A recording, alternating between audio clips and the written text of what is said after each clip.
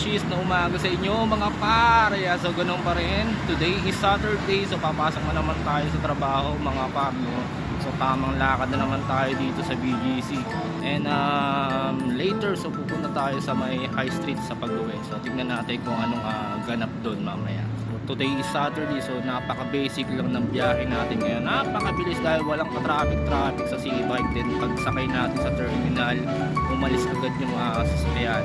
So which is good talaga dahil napapahanga tayo. And syempre, kalma-kalma lang sa paglalakad dahil Sabado ngayon. So maraming nagja-jogging, pre. Right now, papasok na tayo dito sa building namin. Ayan. Right, so tap na natin to, pre. Diba bumukas? Wow, magic. Ayan na, sakit na tayo ng elevator.